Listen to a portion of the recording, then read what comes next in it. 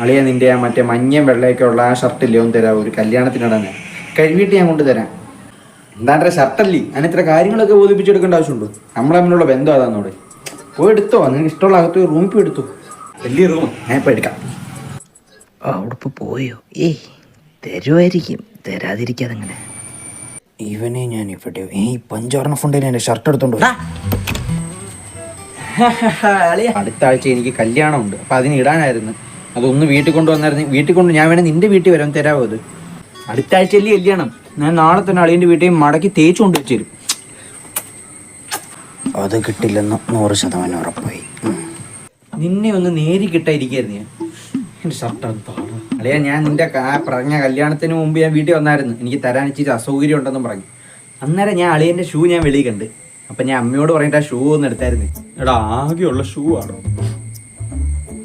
അപ്പം ഈ ഷർട്ട് ഷൂവും ചേർത്തങ്ങ് തരും. എന്നാ കുഴിയിലോട്ട് കാല് നീട്ടിരുന്നാലും നീ ഇത് കൊണ്ടിരിക്കത്തില്ല. ഇത് വിളിയാ, ഞാൻ തരും ഉറപ്പാ.